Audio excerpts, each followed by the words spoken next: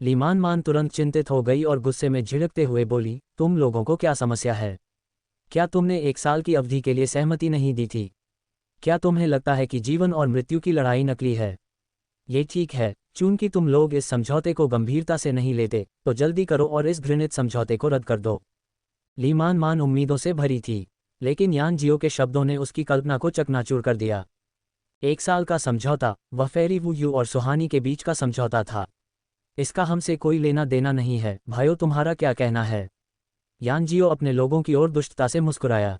उन सभी लोगों ने समझदार मुस्कान बिखेरी और एक एक करके यान जियो को वापस थम्स अप दिया। सुहानी की उदासीन नज़र उन पर दौड़ी। उसके मुंह के कोने पर तिरस्कार का उपहास दिखाई दिया। इन लोगों की स्थिति भी काफी दिलचस्प थी। हालांकि केवल 4 व्यक्ति थे, उन्होंने 5 लोगों के समूह को घेरते हुए आगे और पीछे, बाएं और दाएं 4 दिशाओं पर कब्जा कर लिया था। दुर्भाग्य से सुहानी के पक्ष में उपकप्तान भी ड्रैगन लिस्ट में केवल 86वें स्थान पर थे। यहां तक कि अन्य लोग भी मिलकर विरोधी पक्ष के समान प्रतिद्वंद्वी नहीं थे। सुहानी के लिए यह वास्तव में चुनौतीपूर्ण था। बड़ी बहन वेई को जहर खुद फेरी वू यू ने दिया था। वह जानती थी कि सुहानी को पॉइजनस सरपेंट स्कॉर्पियन ग्रास की ज़रूरत है और इसलिए उसने इन 4 लोगों को घात लगाने के लिए भेजा था। चूंकि ऐसा था, फेरी वू यू को इन 4 लोगों की ताकत पर बहुत यकीन होना चाहिए। लीमान मान ने इस क्षण उपहास किया, क्या ये फेरी वू यू बेशर्म नहीं है? सबसे पहले उसने तुम्हें मुख्य रूप से भेजा। यदि तुम सुहानी को मार देते हो तो बहुत अच्छा, यदि नहीं तो फेरी वू यू हमला करने के लिए बस 1 साल का इंतजार करेगी। हाँ, इन सभी फायदों को उठाने की उसकी क्या अच्छी योजना है। यान जियो ने त्योरी चढ़ाई। लीमान मान, तुम्हारे सीनियर ब्रदर लुओ इस लड़की की वजह से बाहर भेजे जाने वाले हैं, क्या तुम क्रोधित नहीं हो? तार्किक रूप से कहें तो इस टीम को शायद सुहानी से बहुत नफरत करनी चाहिए। ठीक इसी तरह की अटकलों के कारण वे फेरी वू यू के गुप्त रूप से कार्रवाई करने के निर्देशों का पालन करने के बजाय बिना किसी रोक टोक के बाहर आ गए थे। उन्हें लगा कि इस जियो लुओ टीम को भड़काकर वे सुहानी को अकेला और असहाय छोड़ देंगे, उनके द्वारा धोखा दिया जाएगा। यह उसे अकेले इतने लोगों का सामना करने के लिए मजबूर करेगा और उसके लिए सबसे पीड़ादायक होगा।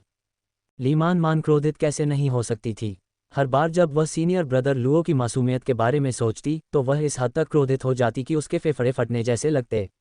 हालांकि शुरुआत में उसने सुहानी पर अपनी बाहें उठाई थीं, लेकिन इन कुछ दिनों के एक साथ रहने के बाद लीमान मान ने सुहानी के बारे में अपनी राय काफ़ी बदल ली थी। वह सुहानी को धमका सकती थी, लेकिन निश्चित रूप से दूसरों को उसे धमकाने की अनुमति नहीं देगी। इसलिए लीमान मान ने उपहास के साथ यान जियो को देखा, आगे बढ़ी और दृढ़ता से सुहानी के सामने खड़ी हो गई। मैं क्रोधित हूं या नहीं, यह मेरा अपना मामला है, इसका तुमसे कोई लेना देना नहीं है। हालांकि यदि तुम सुहानी को छूना चाहते हो तो तुम्हें मेरी लाश के ऊपर से गुजरना होगा। लीमान मान की प्रतिक्रिया ने यान जियो को आश्चर्यचकित कर दिया। इस बीच senior brother Luo Qing, Tian Mang और जू यिन ने भी सुहानी को घेरते हुए चारों दिशाओं में खुद को स्थापित कर लिया था। ये देखकर यान जियो ने अपनी आंखों में तिरस्कार के साथ उपहास किया। लान यंग्यान ने अपना हाथ हिलाया और उसमें एक लंबी तलवार दिखाई दी। ठंडी फुफकार के साथ, ऐसा लगता है कि तुम सम्मान को ठुकराकर सजा की शराब पीना पसंद करते हो। मोली हल्के से मुस्कुराया, तुम में से कुछ का हमारे खिलाफ लड़ना बस खुद को मौत के घाट उतारने जैसा है। जब तक तुम सभी दखल न देने का वादा करते हो सीनियर ब्रदर लुओ के खातिर, हम तुम्हें जिंदा छोड़ सकते हैं। हालांकि सीनियर ब्रदर लुओ किंग और अन्य का बिल्कुल भी पीछे हटने का कोई इरादा नहीं था। लीमान मान जानती थी कि एक बार जब वे कोई कदम उठाएंगे तो सुहानी के मारे जाने की बहुत संभावना थी, इसलिए उसने जल्दी से जोर से चिल्लाकर कहा, तुम उसे नहीं मार सकते। ओह, मोली ने गर्मजोशी से मुस्कुराते हुए कहा, सीनियर ब्रदर लुओ किसी मृत व्यक्ति के लिए खड़े नहीं होंगे। सीनियर ब्रदर लुओ को किनारे रखते हैं, क्या तुम लोग सिटी लॉर्ड के आदेशों का उल्लंघन करने की भी हिम्मत करते हो? लीमान मान ने सुहानी की ओर उंगली से इशारा किया, वह सुहानी सिटी लॉर्ड द्वारा चुनी गई व्यक्ति है। अगर सिटी लॉर्ड वापस आते हैं तो तुम सभी एक एक करके मारे जाओगे। कौन जानता था कि मोली और अन्य लोग आसमान की ओर देखकर हंसेंगे। अगर वह सिटी लॉर्ड द्वारा चुनी गई लोगों में से एक थी तो हम सभी सिटी लॉर्ड के अपने बेटे होंगे। सुहानी, हमारे पास सबूत हैं, लीमान मान चिल्लाए। हालांकि ये लोग सुहानी को और कोई मौका नहीं दे रहे थे। लान यंग्यान ने ठंडे उपहास के साथ धीरे से कहा, अब और बकवास नहीं, चलो। जबकि लीमान मान चिल्ला रही थी, ये 4 लोग भयंकर बाघों की तरह जियो लुओ टीम की ओर झपटे। सुहानी, भागो! सीनियर ब्रदर लुओ किंग ने सुहानी को युद्ध के घेरे से जोर से बाहर धकेल दिया। एक साथ कई लड़ाइयों के बाद जियो लुओ टीम में हर कोई जानता था कि सुहानी टेलीपोर्ट कर सकती है, इसलिए अगर वह भाग गई तो वह निश्चित रूप से बचने में सक्षम होगी। इस समय सुहानी कैसे भाग सकती थी? अगर वह सच में भाग गई तो ये 4 लोग अपना गुस्सा जियो लुओ टीम के सिर पर निकालेंगे। सीनियर ब्रदर लुओ किंग और अन्य लोगों के जीवन खतरे में पड़ जाएंगे। पलक झपकते ही सुहानी की आकृति हिली। जब वह दोबारा प्रकट हुई तो वह पहले ही लान यंग्यान के पीछे पहुंच चुकी थी। लान यंग्यान ने उपहास किया, तुम आ गई, बहुत अच्छा। फिर भी एक ही पल में वे पहले ही 39 चालों का आदान प्रदान कर चुके थे। हालांकि हमला करने वाला लान यंग्यान था, लेकिन इस क्षण वह अपने दिल में थोड़ा हैरान था, क्योंकि सुहानी की ताकत वास्तव में उसकी उम्मीदों से कहीं अधिक थी। उसने मूल रूप से सोचा था कि छोटी 7 स्टार कमांडर रैंक से निपटने में कोई प्रयास नहीं लगेगा, बस एक थप्पड़ उसे गूदे में बदल देगा। हालांकि उनके सच में लड़ने के बाद लान यंग्यान को एहसास हुआ कि इस लड़की से निपटना एक 3 स्टार सेंट रैंक से भी ज्यादा मुश्किल था। उसकी गति लगभग बिजली की तरह तेज थी। उसकी हमले की शक्ति मजबूत और दबंग थी। वह लचीलापन और चपलता, वह समृद्ध युद्ध अनुभव, यह ऐसा नहीं था जो एक 7 स्टार कमांडर रैंक के पास होना चाहिए। तुम अपनी ताकत छिपा रही हो। तुम बिल्कुल भी 7 स्टार कमांडर रैंक की नहीं हो। लान यंग्यान इस निष्कर्ष पर पहुंचा। सुहानी का चेहरा ठंडा और शांत था, हालांकि उसका दिल चिंतित था। उसका दिमाग जल्दी से बचने की योजना बना रहा था। वर्तमान सुहानी अपनी पूरी ताकत के साथ भी लान यंग्यान का मुकाबला नहीं कर सकती थी। इसके अलावा सुहानी की नज़र वहां दौड़ी जहां सीनियर ब्रदर लुओ किंग और अन्य लोग बाकी 3 लोगों के सामने बौने साबित हो रहे थे। वे सच में संघर्ष कर रहे थे। उसे डर था कि वे संभवतः एक अगरबत्ती के जलने जितने समय से अधिक जीवित नहीं रह पाएंगे। जियो लुओ टीम उसे कभी नहीं छोड़ेगी। वह दूसरों के बिना कैसे भाग सकती थी? वह पूरी तरह से पीछे हटने और जियो लुओ टीम को सुरक्षित रखने के लिए क्या कर सकती थी? लान यंग्यान के हमले के तहत सुहानी जमीन खोती रही और अंततः ढह गई। बूम! लान यंग्यान ने सुहानी के पेट पर एक भारी प्रहार से बेरहमी से वार किया। सुहानी का शरीर टूटे हुए धागे वाली पतंग की तरह था, उसे बहुत दूर फेंक दिया गया था, इससे पहले कि वह जमीन पर भारी रूप से गिरे, जिससे जमीन पर एक गहरा, विशाल गड्ढा बन गया। सुहानी ने खून की एक उल्टी की। उसी समय लान यंग्यान पहले ही तेजी से उसकी ओर दौड़ रहा था। उसने अपने लंबे हाथ बढ़ाए और सुहानी के दाहिने पैर को पकड़ लिया, उसे पूरी तरह से खींच लिया जैसे कि वह एक छोटी लोमड़ी ले जा रहा हो। हा हा हा, मैं तुमसे कैसे छुटकारा पाऊं? मारना? नहीं नहीं, बहुत तेज है।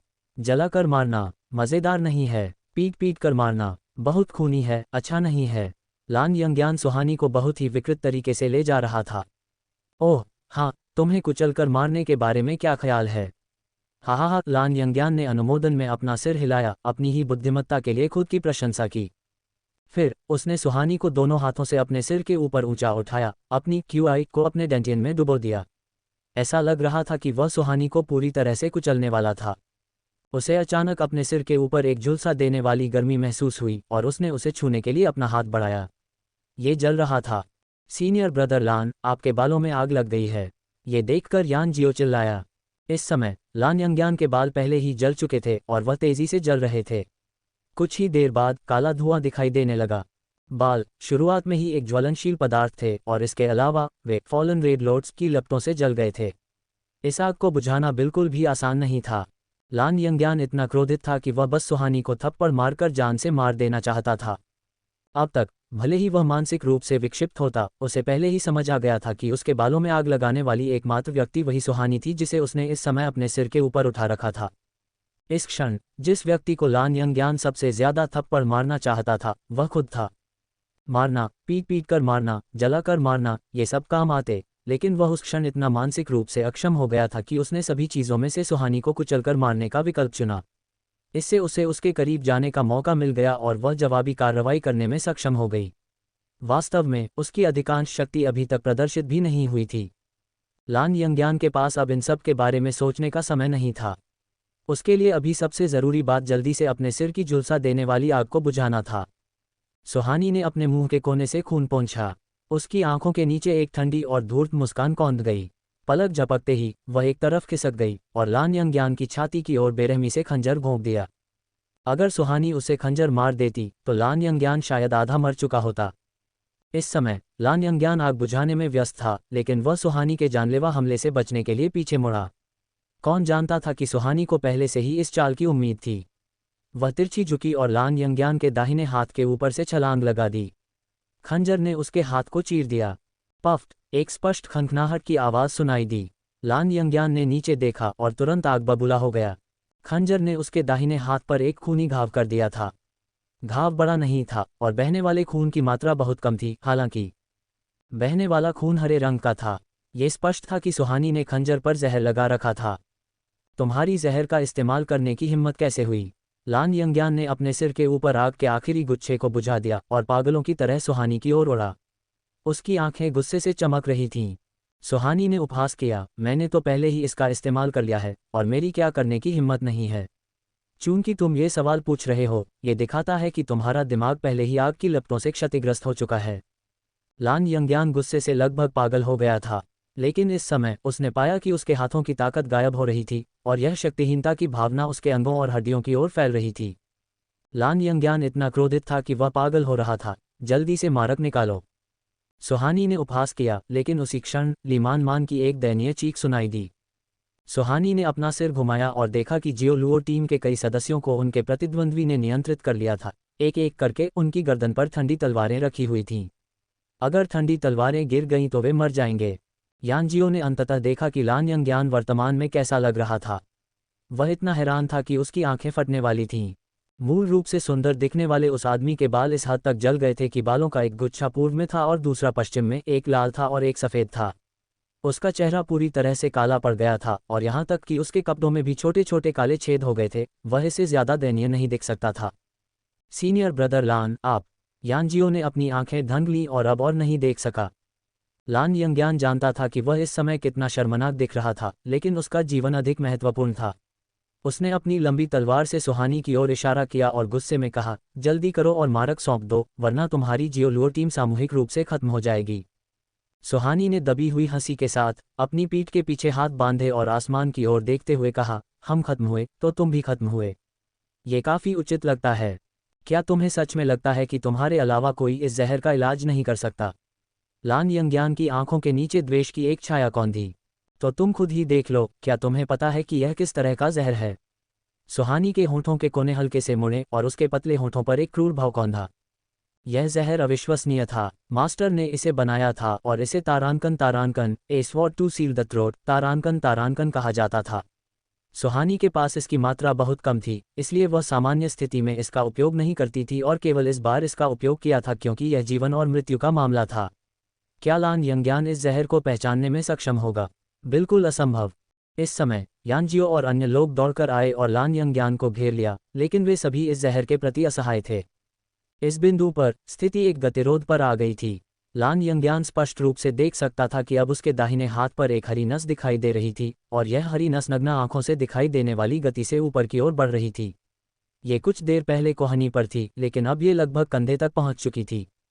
सुहानी ने मुस्कुराते हुए बीच में टोकते हुए कहा, इस हरी नस के दिल तक पहुंचने का इंतजार करो।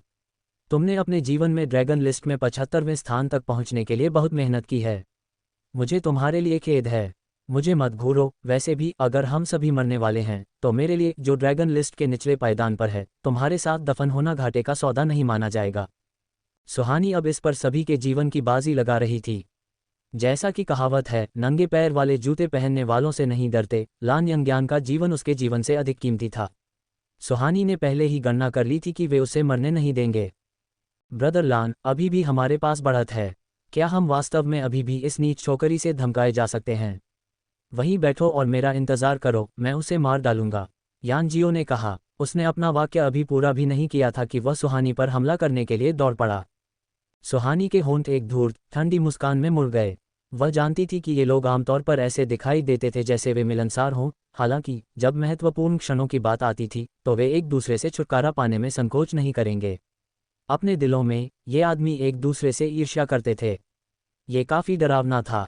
यानजियो के उसके पास पहुंचने से पहले सुहानी ने उकसाते हुए कहा, लेकिन अगर तुम मर जाते हो तो फेरीवुयू के बगल वाली जगह खाली हो जाएगी। उदाहरण के लिए, यहाँ मौजूद कुछ लोग इस स्थिति का फायदा उठा सकते हैं। सुहानी के शब्दों ने उनकी ईर्ष्या को भड़का दिया। हे बदबूदार लड़की, तुम्हारा क्या मतलब है? यानजियो का मूड पहले से ही खराब था। सुहानी के शब्द सुनने के बाद वह इतना क्रोधित हुआ कि गुस्से से कांपने लगा और उसे बेचैनी से घूरने लगा।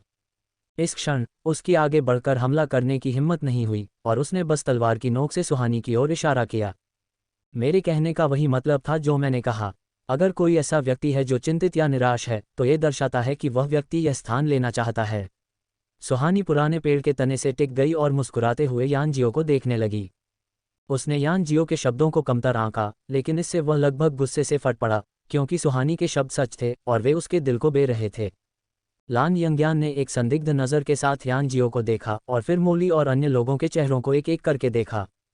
उसे यह स्वीकार करना पड़ा कि सुहानी की बातों का मतलब था। अब स्थिति एक बहुत ही नाजुक मोड़ पर पहुंच गई थी। लान यंग्यान और उसकी टीम ने सुहानी की टीम को नियंत्रित कर लिया था, जिससे केवल सुहानी ही बची थी। हालांकि टीम लीडर लान यंग्यान को सुहानी द्वारा जहर दिया गया था और उसके अलावा कोई भी एसवॉट टू सीले थ्रोट जहर का इलाज नहीं कर सकता था। उसी समय लान यंग्यान की टीम में कोई तालमेल नहीं था और बाकी 3 लोग भी उसकी स्थिति पर नजर गड़ाए हुए थे। अभी दोनों विरोधी पक्ष संतुलन में थे, केवल इसलिए क्योंकि कोई नहीं जानता था कि उनके पास कितनी ताकत बची है, और सुहानी ने उन्हें पीछे हटने का रास्ता देने के लिए ठीक इसी स्थिति की रचना की थी। वह न तो लान यंग्यान को बहुत अधिक कमज़ोर कर सकती थी और न ही उसे बिल्कुल कमज़ोर नहीं छोड़ सकती थी। उसने जानबूझकर पहले अपनी कमज़ोरी दिखाई थी और इसमें जानबूझकर खुद को लान यंग्यान से पिटने देना शामिल था, ताकि उसे इस दुविधा में फंसा सके और उसके पास इस लड़ाई को अस्थायी रूप से निलंबित करने के अलावा कोई विकल्प न रहे। यान जियो इन सब को नज़रअंदाज करना चाहता था और सुहानी को मारने के लिए आगे दौड़ना चाहता था ताकि वह अपना योगदान दे सके। हालांकि लान यंग्यान की नज़र के नीचे उसके कदम ज़मीन पर जड़े हुए लग रहे थे और वह हिलने में असमर्थ था। यह मुहावरा कि एक नाटक के लिए 3 महिलाएं काफ़ी होती हैं, यहाँ जिक्र करने की ज़रूरत नहीं थी। ये 2 महिलाएं अकेले ही पूरा नाटक करने के लिए काफ़ी थीं। अपने कंधे उचकाते हुए सुहानी ने अपने हाथ फैलाए और लापरवाही से कहा, यंग मास्टर लान, आप एक बुद्धिमान व्यक्ति हैं। क्या आपको मुझसे ये पूछने की ज़रूरत है? हम युद्धविराम कर सकते हैं, लेकिन तुम्हें मारक सौंपना होगा। अपने शरीर की एक हरकत के साथ लान यंग्यान ठीक सुहानी के सामने आ गया। एक लापरवाह मुस्कान बनाए रखने के बावजूद, मानो उसे किसी बात की परवाह न हो, सुहानी का शरीर तनावग्रस्त हो गया था क्योंकि वह एक सतर्क आपातकालीन स्थिति में प्रवेश कर गई थी। शुरुआत से ही उसने कदम दर कदम काम किया, सभी संभावनाओं की गणना की, जिसके कारण अंततः ये गतिरोध पैदा हुआ। वह केवल एक पहलू में अपनी लापरवाही के कारण कमज़ोर नहीं पड़ सकती थी। उसने हल्की मुस्कान के साथ जवाब दिया, यंग मास्टर लान, मुझे पकड़ना चाहते हैं और फिर मारक खोजना चाहते हैं। हालांकि ये तरीका बेकार है, क्योंकि मैं मारक का केवल एक हिस्सा ही लेकर आए हूँ। दूसरा हिस्सा सीनियर ब्रदर लुओ के पास है। लान यंग्यान ने अपनी आस्तीन से ढकी मुट्ठियां भींच लीं। क्या चालाक लड़की है! वह चतुर थी और उसका बचाव अभेद्य था। तो हमें कैसे आगे बढ़ना चाहिए? लान यंग्यान की आवाज़ गहरी और कर्कश थी क्योंकि उसने बलपूर्वक अपने गुस्से को दबाया। ये बहुत आसान है, मैं तुम्हें मारक का एक हिस्सा दूंगी। हमारी टीम के सुरक्षित रूप से वुचेन माउंटेन लौटने के बाद मैं तुम्हें मारक का दूसरा हिस्सा दूंगी। लान यंग्यान की भयंकर नज़र के तहत सुहानी हल्की हल्की मुस्कुराती रही, एक हल्की शांत बहने वाली हवा की तरह, मानो कोई भी चीज़ उसे हिला नहीं सकती हो। लान यंग्यान महसूस कर सकता था कि हरी नस गहरी और गहरी होती जा रही है। इस समय ये दिल और फेफड़ों से दूर नहीं थी। क्या होगा यदि तुम वुचेन माउंटेन लौटने के बाद अपना वादा पूरा न करो? लान यंग्यान ने रक्षात्मक रूप से कहा, क्या तुम भूल गए हो कि यह एक ऐसी दुनिया है जहां ताकत का सम्मान किया जाता है? सुहानी ने उसे तिरछी आंखों से देखा। उसके कहने का मतलब था कि लान यंग्यान उससे ज़्यादा ताकतवर था, तो वह अपना वादा तोड़ने की हिम्मत कैसे कर सकती थी? फिर भी लान यंग्यान को बेवकूफ़ बनाना इतना आसान नहीं था। अपनी आंखों में एक आक्रामक नज़र के साथ उसने उसे घूरकर देखा, जब तक कि तुम वुचेन माउंटेन वापस जाने का वादा न करो और ग्रेविटी चैम्बर में मेरे साथ जीवन और मृत्यु का द्वंद्व न लड़ो। लान यंग्यान ने महसूस किया कि वह पूरी तरह से अपने गुस्से के आगे झुक गया है, जिसके परिणामस्वरूप वह सुहानी के हाथों खेल रहा है। उसकी वास्तविक ताकत के साथ सुहानी जैसी 10 भी उसे मारने के लिए पर्याप्त नहीं होंगी। ये युद्ध की एक और बड़ी घोषणा थी। सुहानी ने ठंडी नज़र से लान यंग्यान को देखा, उसकी आंखों में मौजूद बिना किसी दिखावे के अहंकार और हत्या के इरादे को भांप लिया। सुहानी ने यान जियो और अन्य लोगों की आंखों में द्वेष की झलक देखी। वह जानती थी कि अगर वह इस द्वंद्व के लिए सहमत नहीं हुई तो वे एकजुट हो जाएंगे और लान यंग्यान को मार देंगे और उसके बाद उसकी खुद की बारी होगी। अगर ऐसा हुआ तो परेशानी खड़ी हो जाएगी। सुहानी ने अपना मुंह थोड़ा ऊपर उठाया, जीवन और मृत्यु की लड़ाई। ठीक है, लेकिन यह 1 महीने बाद होगी। क्या वह उस 1 महीने में अपनी ताकत में भारी वृद्धि कर पाएगी? लान यंग्यान के मुंह के कोने पर एक उपहासपूर्ण मुस्कान आ गई, हालांकि उसने सहमति में सिर हिलाया, जरूर। नतीजतन दोनों लोगों ने किसी और की परवाह किए बिना जीवन और मृत्यु की लड़ाई के समझौते पर हस्ताक्षर किए। सुहानी ने यान जियो और अन्य लोगों पर अपनी उदासीन नज़र डाली, इससे पहले कि उसने लान यंग्यान की ओर एक वर्मिलियन पिल फेंकी, इसे निगल लो। ये तुरंत काम करेगा। यानजियो ने दूसरों के साथ काफ़ी नज़रें मिलाईं। हालांकि चून की किसी की भी पहले जाने की हिम्मत नहीं हुई, इसलिए वह आगे बढ़ने में हिचकिचाता रहा। और जब वे अभी भी सोच ही रहे थे, लान यंग्यान ने मार्ग का वह आधा हिस्सा खा लिया था। उस पल उनकी आंखों में निराशा का एक स्पष्ट भाव कौंध गया। लान यंग्यान से छुटकारा पाने का यह उनका सबसे अच्छा मौका था। चलो चलें। घटनाओं की इस श्रृंखला से शायद बहुत अधिक शर्मिंदा महसूस करते हुए लान यंग्यान ने ठंडी आवाज़ में ये 2 शब्द फेंके, और वह पहले ही घटनास्थल से भाग रहा था। यानजियो ने अपनी उदासी से भरी आंखों से सुहानी को घूरा, सुहानी की ओर अपने दाहिने हाथ से सिर काटने का इशारा किया। फिर भी वह लान यंग्यान का पीछा करने के लिए गुस्से में अपने पैर पटकते हुए चला गया। अंत में मोली और मोजे दोनों ने भी गुस्से में पैर पटके और उनके पीछे पीछे चले गए। उन सभी के चले जाने के बाद ही ली मान होश में आए। उसने आश्चर्य से सुहानी को देखा। मुझे उम्मीद नहीं थी कि तुम्हारे पास कोई समाधान होगा। मुझे लगा कि इस बार तुम्हारा मरना तय है। तुम सच में बहुत ज्यादा चतुर हो।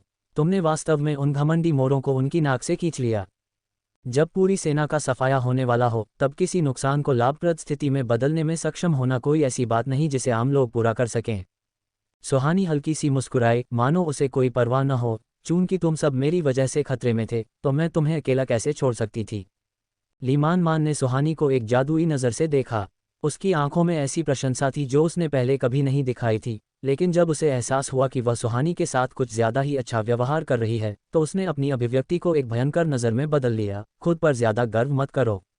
सीनियर ब्रदर लुओ की मासूमियत अभी भी तुम पर ही टिकी है। सुहानी ने फीकी मुस्कान के साथ अपनी नाक रगड़ी। सीनियर ब्रदर लुओ किंग ने सुहानी को चिंता भरी नज़रों से देखा। क्या सीनियर ब्रदर लुओ किंग कुछ कहना चाहते हैं? सुहानी ने पूछा जब उसने देखा कि वह बोलने में झिझक रहे थे। सीनियर ब्रदर लुओ किंग ने त्योरी चढ़ाए, अभी अभी लान यंग्यान के खिलाफ लड़ने के बाद तुम उसकी असली ताकत किसी और से बेहतर जानती हो। तुम उसकी जीवन और मृत्यु की लड़ाई से कैसे निपटोगी? घायल तियान मांग और भी अधिक स्पष्ट था। ये सही है छोटी सुहानी। हालांकि तुम बहुत मजबूत हो, लेकिन फिर भी तुम लान यंग्यान को बिल्कुल नहीं हरा सकती। क्या तुम्हें यकीन है कि तुम मरने वाली नहीं हो? जू यिन ने भी अपने चेहरे पर हल्की सी शिकन के साथ चिंता से सुहानी की ओर देखा। लीमान ने आगे कहा, हम क्या कर सकते हैं? ये जीवन और मृत्यु की लड़ाई है। इसके लिए सहमत होने के बाद तुम्हारे पास इसे अस्वीकार करने का कोई रास्ता नहीं है। तुम सब किस बात से डर रहे हो? क्या वह अभी अभी मुझसे पिटा नहीं है? वह मुझे बिल्कुल भी असाधारण नहीं लगता, समझें। सुहानी ने उदासीन मुस्कान के साथ जवाब दिया। फिर भी ब्रदर लुओ किंग ने सुहानी को सख्ती से घूरना जारी रखा। अभी अभी लान यंग्यान ने मान लिया था कि तुम्हारे पास केवल एक 7 स्टार कमांडर रैंक है। इसके परिणामस्वरूप वह बहुत लापरवाह हो गया। उसने तुम्हें कम आंका, इसलिए उसने अपनी असली ताकत का इस्तेमाल नहीं किया, जिससे उसकी हार हुई। लीमान ने पागलों की तरह सिर हिलाया। सीनियर ब्रदर लुओ किंग ने गंभीर स्वर में बोलना जारी रखा, हालांकि इसके बाद लान यंग्यान तुम्हारे लिए तैयार रहेगा। अगली बार वह लापरवाह नहीं होगा। दयालु होने की तो बात ही छोड़ दो। मुझे लगता है कि जब वह अपनी चाल चलेगा तो तुम्हारे पास जवाबी हमले के लिए कोई जगह नहीं बचेगी। आखिरकार दोनों की ताकत में बहुत बड़ा अंतर था। सुहानी ने सोचते हुए अपनी ठुड्डी सहलाए। अपना सिर उठाने और अपनी टीम के लोगों के चिंतित भावों को देखने पर वह मुस्कुराई। जब हम उस पुल पर पहुंचेंगे तो उसे पार कर लेंगे। क्या इसमें अभी भी 1 महीने का समय नहीं है?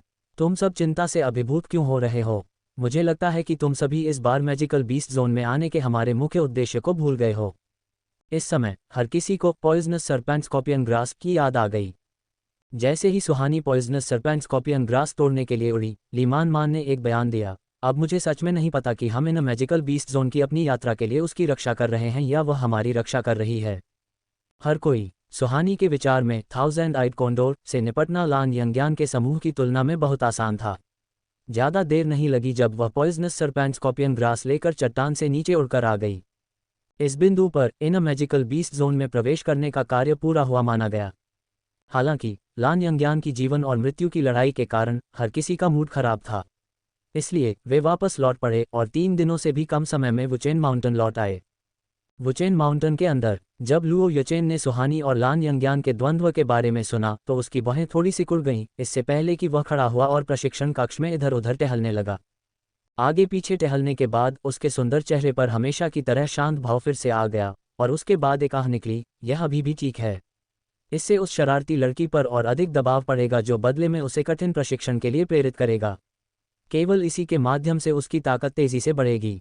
इसके बारे में सोचने के बाद लुओ यचेन ने सुहानी के डायमंड टोकन की ओर कुछ पॉइंट्स ट्रांसफर करने का काम जारी रखा।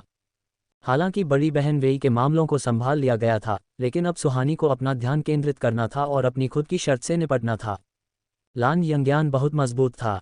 अगर लान यंग्यान ने उसे कम नहीं आंका होता तो ऐसा कोई तरीका नहीं था जिससे वह उसे परेशानी खड़ी करने का मौका देता। युद्ध शक्ति के पहलू पर सुहानी उसके सामने 10 चालें भी नहीं चल पाएगी। मुझे क्या करना चाहिए? सुहानी ने अपनी ठुड्डी सहलाई। उसका दिमाग गहरी सोच में डूबा था और वह हॉल में बेचैनी से टहल रही थी।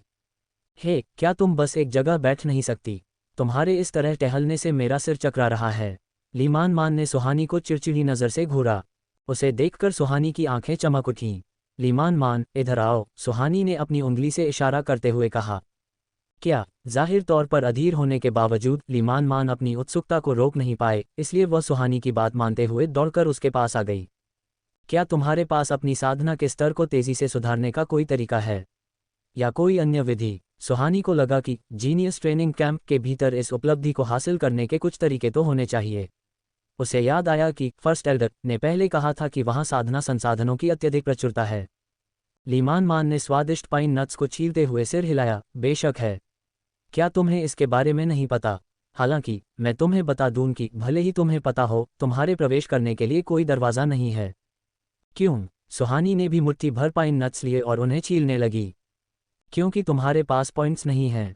लीमान मान ने सुहानी को घृणा की दृष्टि से देखा। हमारे लिए सबसे अच्छा प्रशिक्षण संसाधन तारांकन ग्रेविटी चैम्बर तारांकन है।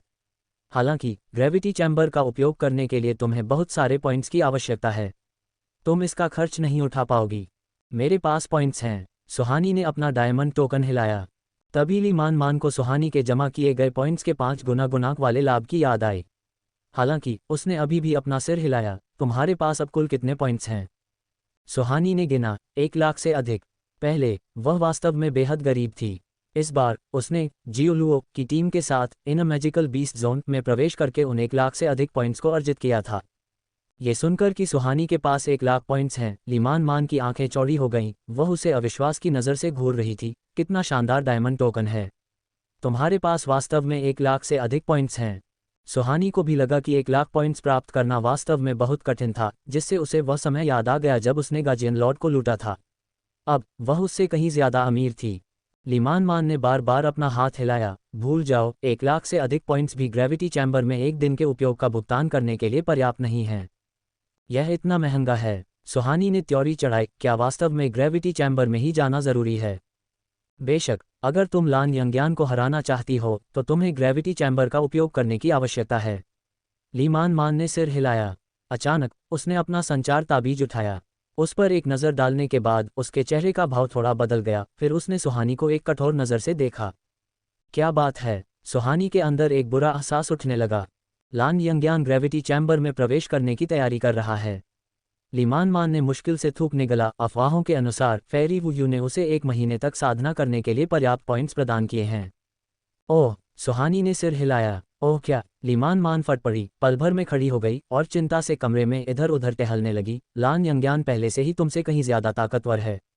अब वह ग्रेविटी चैम्बर में अभ्यास करने जा रहा है। 1 महीने बाद तुम उसकी एक चाल भी नहीं संभाल पाओगी। ये सब तुम्हारी गलती है। तुमने उसे मारक का शेष आधा हिस्सा क्यों दिया? अगर तुम उसे वह नहीं देती तो तुम्हारी जीत पक्की हो जाती।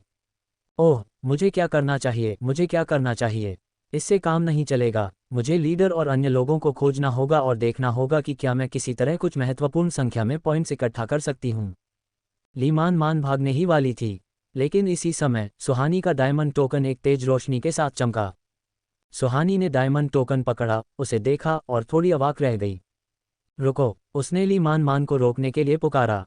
क्या? लीमान मान ने अधीरता से सुहानी पर चिल्लाते हुए कहा। अब जब तुम मुसीबत में हो तो तुम इतनी शांत कैसे रह सकती हो? ये तो सच में वही बात हो गई कि सम्राट को जल्दी नहीं है, लेकिन खोजा बेचैन है। पॉइंट्स मेरे पास हैं। सुहानी ने अपना टोकन लहराते हुए कहा। मुझे नहीं पता कि किसने मुझे इतने सारे पॉइंट्स प्रायोजित किए हैं। प्रायोजन कितने हो सकते हैं? यह ऊंट के मुंह में जीरे से ज्यादा कुछ नहीं होगा, समझे? लीमान मान ने सुहानी को घूरते हुए खराब स्वर में कहा। क्या होगा अगर यह 1 करोड़ पॉइंट्स हों? सुहानी ने अपने डायमंड टोकन को ऊपर नीचे उछालते हुए मुस्कुराकर उसे देखा। 1 करोड़ पॉइंट्स! लीमान मान को लगा कि वह पागल हो रही है और उसने सुहानी को एक मूर्ख की नज़र से घूरा। खैर, वह इस पर विश्वास नहीं करेगी। फिर भी सुहानी को आत्मविश्वास से भरा देखकर वह शक करते हुए उसके पास आए। सुहानी ने डायमंड टोकन में पॉइंट्स की संख्या प्रदर्शित की। लीमान मान ने ठंडी सांस ली। वहां इतने सारे शून्य थे। उन सभी शून्यों को देखकर लीमान मान को चक्कर आने लगा। वह उन्हें ठीक से गिन नहीं पा रही थी। कई बार गिनने और अंततः राशि की पुष्टि करने के बाद उसने अपना सिर उठाया, सुहानी को अवाक होकर देखा और दांत पीसते हुए कहा, क्या तुमने यह नहीं कहा था कि तुम्हारे पास 1 लाख से अधिक पॉइंट्स हैं? सुहानी ने कंधे उचकाए। मैंने पहले ही कहा कि किसी ने अभी अभी मुझे प्रायोजित किया है। क्या तुम्हें लगता है कि बाकी सब बेवकूफ़ हैं? यह 1 करोड़ पॉइंट्स हैं, 1 करोड़। यहाँ तक कि अगर लीमान मान को बेच भी दिया जाए तो भी वे इतने पॉइंट्स इकट्ठा नहीं कर पाएंगे। इतना सारा भेजने के लिए कौन इतना बेवकूफ़ है? अचानक लीमान मान ने अपना मुंह ढक लिया और चारों ओर देखा। कोई जो एक साथ इतने सारे पॉइंट्स निकाल सके और फिर उसे दे दे। पूरे जीनियस ट्रेनिंग कैंप में खोजना पर भी ऐसे मुश्किल से कुछ ही लोग होंगे, लेकिन अब वास्तव में महल में कोई ऐसा था जो। यह सीनियर ब्रदर लुओ तो नहीं है ना? लीमान मान ने मूर्खतापूर्ण ढंग से पूछा। सुहानी ने कंधे उचकाए। हो सकता है। ये केवल संभव ही नहीं था। वास्तव में सुहानी को अपने दिल में पूरा यकीन था कि यह सीनियर ब्रदर लुओ ही थे, क्योंकि उनके अलावा सुहानी का कोई और समर्थक नहीं था। लीमान मान ने आश्चर्य से सुहानी के डायमंड टोकन को देखा। 1 करोड़ पॉइंट्स उसके लिए एक बहुत बड़ा झटका थे। वैसे ग्रेविटी चैम्बर में आखिर इतना अच्छा क्या है? पॉइंट्स मिलने के बाद सुहानी अधिक साहसी महसूस कर रही थी। लुओ यचेन का जो कर्ज उस पर था, खैर उस पर वैसे भी उसका बहुत बड़ा कर्ज था। सुहानी ने अपने दिल में सोचा कि एक बार नानगोंग लियुयुन वापस आ जाएगा तो वह उससे इसे चुकाने को कहेगी। बेशक ग्रेविटी चैम्बर बहुत अच्छा है। लीमान मान होश में आए और सुहानी को समझाने लगी। ग्रेविटी चैम्बर में बिताया गया एक दिन बाहरी दुनिया में बीतने वाले 100 दिनों के बराबर है।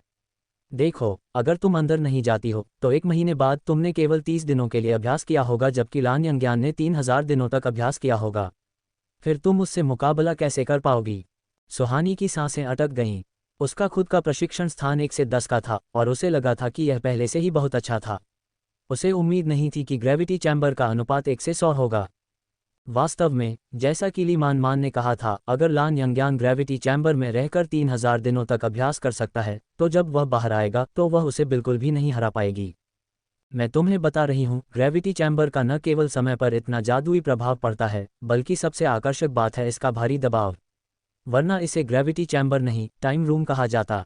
लीमान मान खुशी खुशी सुहानी के सामने डींगे हाँकते हुए इसके पीछे का विज्ञान समझाने लगी। ग्रेविटी चैम्बर में वजन के दबाव को 1 से 100 गुना तक समायोजित किया जा सकता है। जब तक तुम्हारे पास क्षमता है तुम इसे 100 गुना तक सेट कर सकती हो।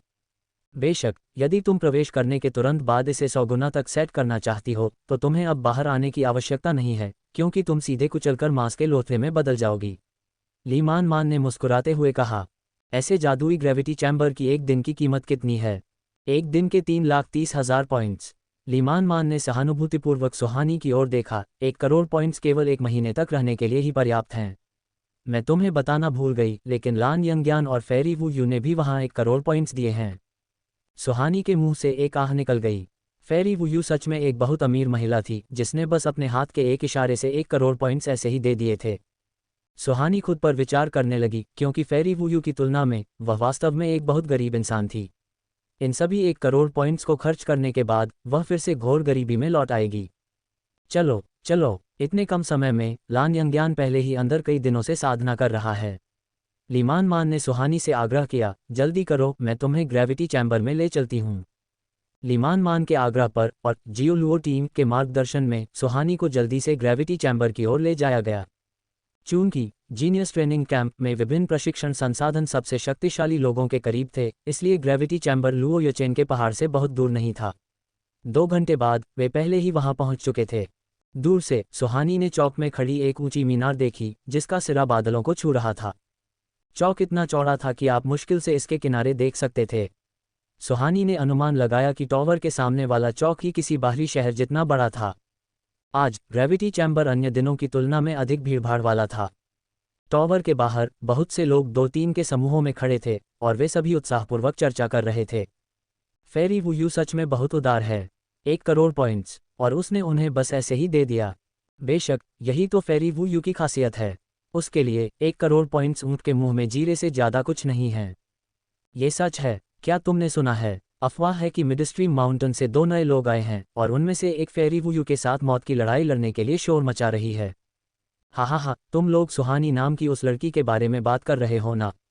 ये किस तरह की इंसान है जिसे अपनी ताकत का ही अंदाज़ा नहीं है।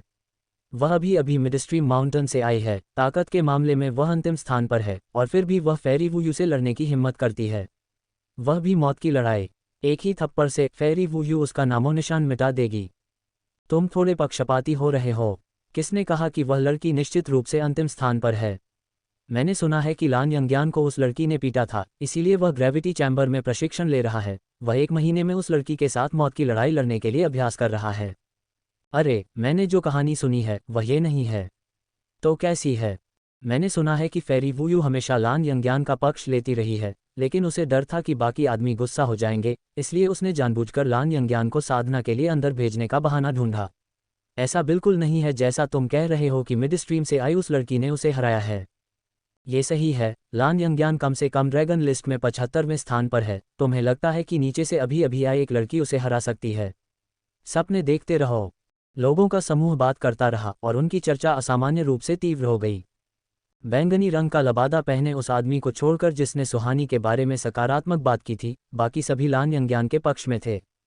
हालांकि जब बैंगनी रंग के आदमी का उसके समूह द्वारा विरोध किया गया तो उसने थोड़ी देर के लिए इसके बारे में सोचा और फिर दूसरों के साथ हो लिया ताकि एक साथ सुहानी के खिलाफ खड़े हो सकें। फिर लोगों के इस समूह ने जियो लुओ टीम को देखा। लुओ किंग, तुम यहाँ क्या कर रहे हो?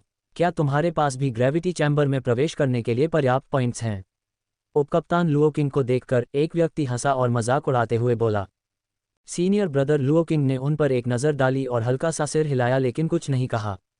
समूह के लोगों में से एक खुशी से झूम उठा। इस बार तुमने कितने दिनों के लायक पॉइंट्स इकट्ठा किए हैं? ऐसा तो नहीं हो सकता कि तुम्हारे पास 3 दिनों के लिए भी पर्याप्त पॉइंट्स न हो, है ना? हा, 3 दिनों के लिए भी 1,10,00,000 पॉइंट्स की आवश्यकता होती है। लुओ किंग, मैंने सुना है कि तुमने इस बार मैजिकल बीस्ट जोन में प्रवेश किया था। तुमने अच्छी खासी कमाई की होगी, है ना? अरे, मैं इस खूबसूरत लड़की को नहीं पहचानता।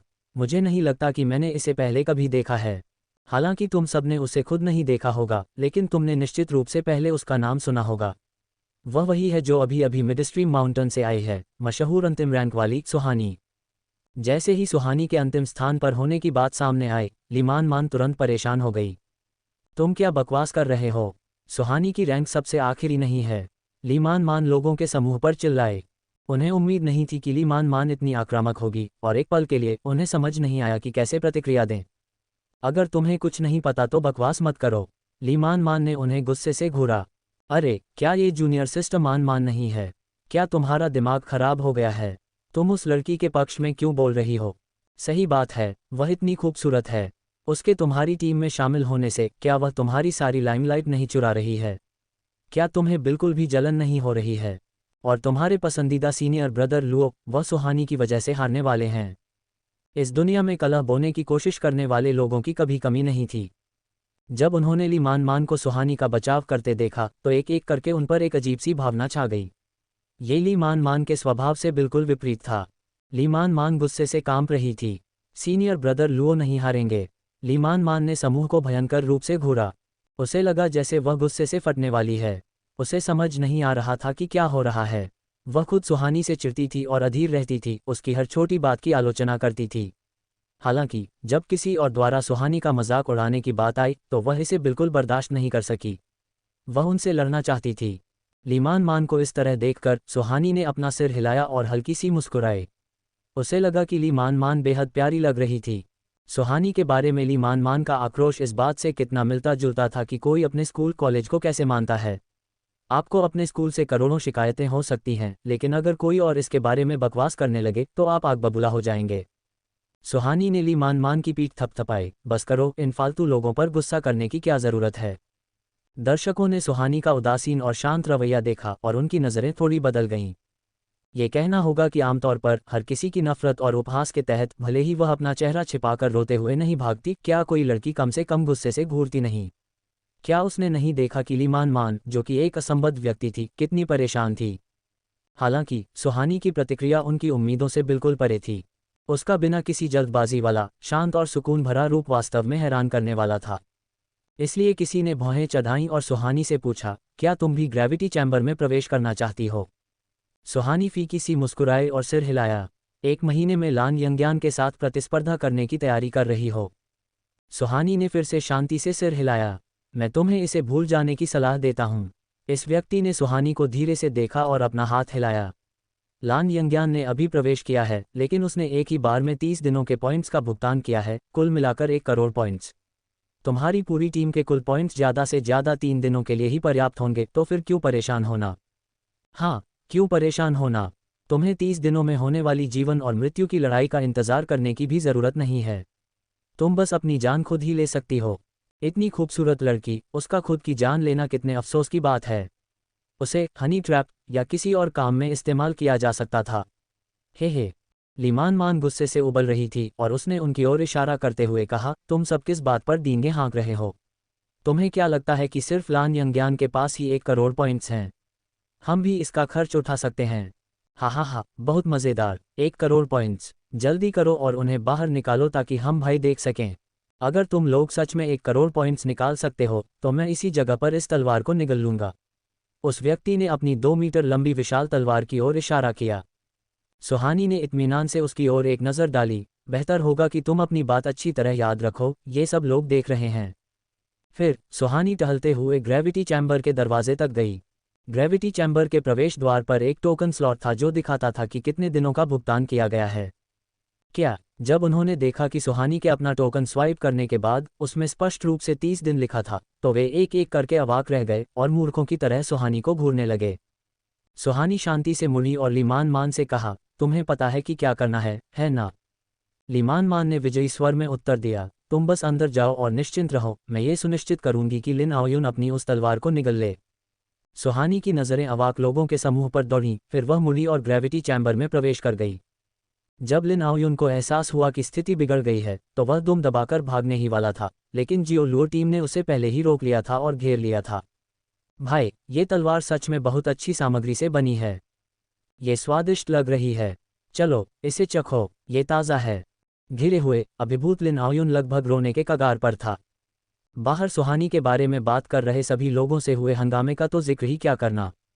उसके टोकन स्वाइप करने के बाद भारी लोहे का दरवाज़ा उसे अंदर आने देने के लिए खुला।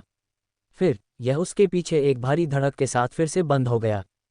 अंदर घुप अंधेरा था, इतना अंधेरा कि कोई अपने सामने अपनी उंगलियां भी नहीं देख सकता था। टोकन स्वाइप करो, एक लौ जल उठी। सुहानी ने शांति से उस आदमी को देखा। वह उससे केवल 3 फीट की दूरी पर था, फिर भी उसके बोलने से पहले सुहानी को उसकी उपस्थिति का एहसास तक नहीं हुआ था। वह सफ़ेद दाढ़ी वाला एक बूढ़ा दादा था जिसकी उम्र लगभग 100 साल थी। उसने सादे कपड़े पहने हुए थे और उसका चेहरा गंभीर था जिस पर कोई मुस्कान नहीं थी। ये स्पष्ट था कि वह सिर्फ एक मार्गदर्शक था, लेकिन सुहानी मन ही मन हैरान थी। रास्ता दिखाने वाले उस छोटे से बूढ़े आदमी के पास इतनी गहरी ताकत थी, इतनी अधिक कि वह उसकी साधना रैंक का अनुमान भी नहीं लगा सकती थी। ये जीनियस ट्रेनिंग कैंप वास्तव में क्राउचिंग टाइगर्स और हिडन ड्रैगन्स से भरी जगह थी।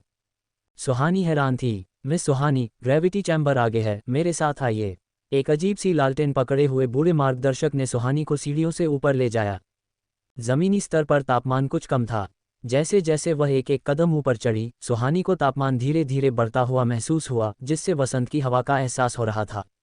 न जाने कितनी देर चलने के बाद सीढ़ियों का संकरा रास्ता अंततः समाप्त हो गया और आगे एक विशाल स्थान दिखाई दिया।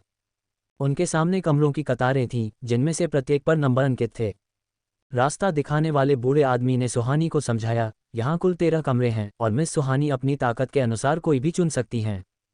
इतना सरल स्पष्टीकरण देने के बाद बूढ़ा मार्गदर्शक अपनी अजीब लालटेन के साथ वापस नीचे चला गया।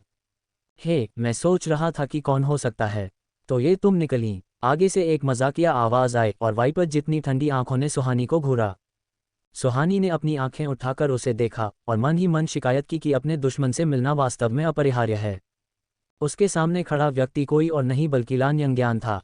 लान यंग्यान ने दरवाजे का हैंडल पकड़ रखा था और दरवाज़ा खोलने ही वाला था, लेकिन जब उसने सुहानी को आते देखा तो वह रुक गया और ताने के साथ उससे बात करने लगा। क्या ये ग्रेविटी चैम्बर तुम्हारा घर या ऐसा ही कुछ है? तुम्हें लगता है कि केवल तुम्हें ही प्रवेश करने की अनुमति है, मुझे नहीं। सुहानी हल्की सी मुस्कुराए और गलियारे के साथ चलने लगी। लान यंग्यान के कमरे के दरवाजे के पास से गुजरते हुए वह फिर मुस्कुराए, क्या ये नंबर 5 है?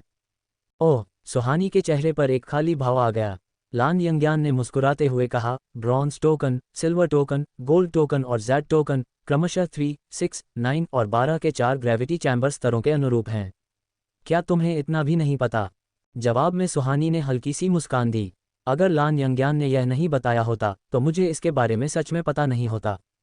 सच में, क्या इन 4 स्तरों के बीच कोई अंतर है? सुहानी के चेहरे पर एक जिज्ञासु बच्चे जैसा भाव आ गया। बेशक, अंतर है। लान यंग्यान को लगा कि सुहानी एकदम बेवकूफ़ है। इन चैम्बर्स की ऊपरी सीमाएं अलग अलग हैं। लान यंग्यान ने सुहानी का मजाक उड़ाया और उसे नीचा दिखाने वाले स्वर में समझाया, उदाहरण के लिए मेरा कमरा नंबर 5 ही ले लो।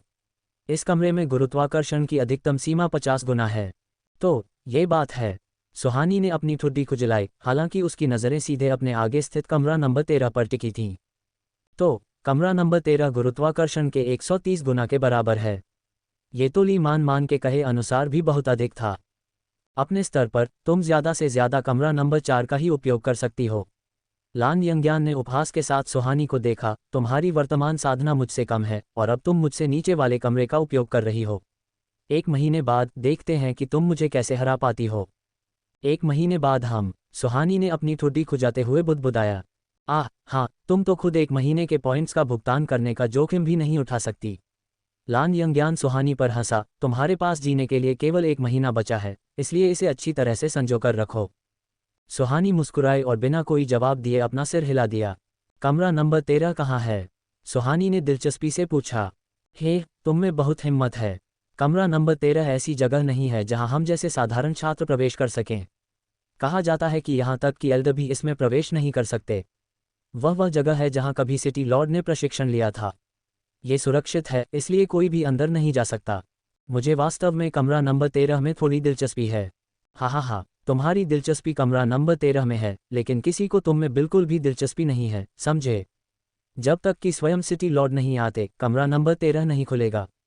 लान यंग्यान ने अपनी मुट्ठी हिलाते हुए कसम खाए। सुहानी बिना जवाब दिए हंस पड़ी और फिर गलियारे में आगे चलने लगी। अरे, तुम क्या कर रही हो?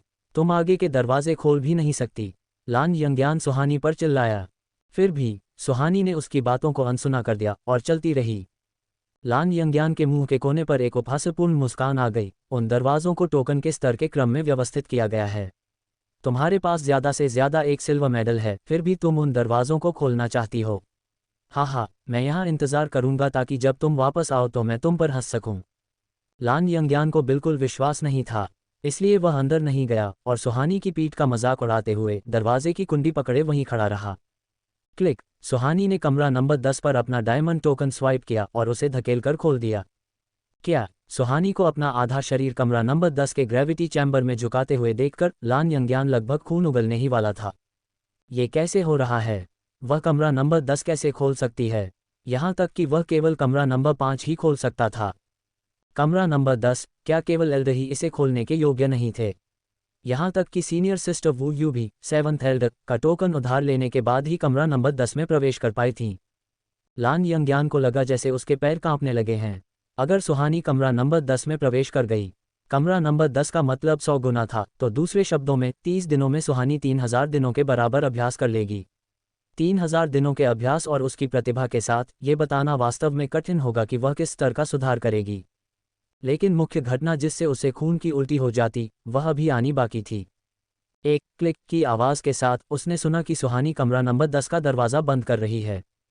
हे भगवान, मैं सही था कि कमरा नंबर 10 शायद ठीक से बंद नहीं था। ऐसा लगता है कि उसने अंधे भाग्य से इसे खोलने में कामयाबी हासिल कर ली। लेकिन कोई बात नहीं, वह अपना टोकन स्वाइप भी नहीं कर सकती, इसलिए वह मूल रूप से साधना नहीं कर सकती। अंत में क्या उसे अपनी पूंछ दबाकर भागना नहीं पड़ेगा? लान यंग्यान ने अपने पसीने से भीगे माथे को पोंछा और अपने चिंता से धड़कते दिल को शांत किया। उसकी आंखों की गहराई से संतुष्टि, उपहास और मजाक की भावनाएं उभरकर सामने आईं। फिर उसने सुहानी को घूरा। अगर कोई और साधारण व्यक्ति होता तो वह निश्चित रूप से उसकी नज़र को सहन नहीं कर पाता। हालांकि सुहानी उसकी उम्मीदों के विपरीत चली गई, क्योंकि कमरा नंबर 10 का दरवाज़ा अपने पीछे बंद करने के बाद वह अप्रत्याशित रूप से आगे बढ़ती रही। क्या वह मूर्ख है? क्या वह सच में कमरा नंबर 11 का दरवाज़ा खोलने की उम्मीद कर रही है? ये बिल्कुल असंभव है। लान यंग्यान ने तय किया कि वह सुहानी के वापस आने तक इंतज़ार करेगा ताकि उसका भरपूर मजाक उड़ा सके। लेकिन फिर कमरा नंबर 11 के पार जाने के बाद भी सुहानी के कदम नहीं रुके। इसके विपरीत वह सीधे आगे चलती रही। लान यंग्यान की आंखें फटी रह गईं। वह कमरा नंबर 12 के सामने थी। अप्रत्याशित रूप से सुहानी का रुकने का कोई इरादा नहीं था और वह वास्तव में सीधे आगे बढ़ना जारी रख रही थी। इस बिंदु पर लान यंग्यान को आखिरकार याद आया कि सुहानी ने पहले क्या कहा था जब उसने कमरा नंबर 13 के बारे में पूछा था। ऐसा कोई तरीका नहीं है ना? उसका लक्ष्य कमरा नंबर 13 है। हाँ, वह ग्रेविटी चैम्बर का कमरा है जिसका उपयोग सिटी लॉर्ड ने साधना करते समय किया था। सिटी लॉर्ड के अलावा कोई भी इसमें प्रवेश नहीं कर सकता था, यहाँ तक कि एल्डर भी नहीं कर सकते थे। फिर भी सुहानी अब कमरा नंबर 13 को खोलने का प्रयास करके अपने जीवन के प्रति पूर्ण उपेक्षा दिखाने वाली थी। लान यंग्यान विचार करते हुए बुरे इरादों से भर गया था। अफवाह थी कि कमरा नंबर 13 के दरवाजे पर एक विशेष ताला था। अगर कोई ताला तोड़ने की कोशिश करता तो उसे तुरंत एक जानलेवा झटका लगता। ऐसा इसलिए था क्योंकि इस तरह के कार्यों को सिटी लॉर्ड का अपमान करने के कृत्य के समान माना जाता था, जो कि त्वरित और तत्काल मृत्युदंड के बराबर था। परिणाम से बेहद संतुष्ट लान यंग्यान के मन में सुहानी को चेतावनी देने का एक भी विचार नहीं आया। एक कॉमेडी देखने वाले दर्शक की तरह वह सुहानी पर एक विजयी और घमंडी नज़र डालने लगा। उसके दिल की रोमांचक धड़कन के साथ उसके पैर कांप रहे थे। जाहिर है सुहानी आखिरकार कमरा नंबर 13 ग्रेविटी चैम्बर के कमरे के दरवाजे के सामने रुक गई। जल्दी जल्दी दरवाज़ा खोलो, जल्दी। लान यंग्यान अपनी मुट्ठियां कसकर भींचते हुए उत्साह से भर गया था और चुपचाप दरवाज़ा खोलने के सुहानी के प्रयास का उत्साहवर्धन कर रहा था। जैसे ही सुहानी अपने टोकन का उपयोग करके सेंसर को सक्रिय करेगी, न केवल टोकन नष्ट हो जाएगा बल्कि सुहानी खुद भी धुंध में बदल जाएगी। सुहानी के छोटे सफ़ेद जेड जैसे हाथ ने अपना टोकन पकड़ा और दरवाजे की ओर स्वाइप किया। एक जोरदार बाम्प के साथ लान यंग्यान मुंह के बल जमीन पर गिर पड़ा। उसकी हरकतें अत्यंत सुचारू और सटीक थीं। उसे डर था कि शक्तिशाली विस्फोट उसे प्रभावित करेगा, इसलिए उसके बचने के पैंतरे बेहद तेज थे। हालांकि क्रैक, कमरा नंबर 13 का दरवाज़ा एक छोटी सी आवाज़ के साथ धीरे से खुल गया। पीछे मुड़कर सुहानी की आंखों में एक खाली भाव आ गया क्योंकि उसने संदेहपूर्वक लान यंग्यान को देखा। तुम क्या कर रहे हो? तुम जमीन पर मेढक की तरह क्यों लेटे हो? काफ़ी देर तक उस आसन विस्फोट का इंतजार करने के बाद जो नहीं हुआ, लान यंग्यान ने अपना हाथ थोड़ा ढीला किया। सुहानी के शब्द सुनकर उसे अपने अनुभव पर विश्वास नहीं हुआ और उसने ऊपर देखा। उसके ठीक सामने पूरी तरह से सुरक्षित सुहानी खड़ी थी और उसके सामने का दरवाज़ा चुपचाप खोला जा रहा था। नंबर 13, ये निश्चित रूप से कमरा नंबर 13 का दरवाज़ा था। लेकिन फिर ये कैसे खुल सकता था? लान यंग्यान हक्का बक्का होकर वहां खड़ा था, सुहानी को खाली नज़रों से घूरते हुए पूरी तरह से चकरा गया था। वह जो देख रहा था उसे समझने के लिए संघर्ष करते हुए उसकी आंखें फटी की फटी रह गईं। उसे लगातार चेतावनी दी गई थी कि यह सबसे कठोर योग्यताओं वाला दरवाज़ा था।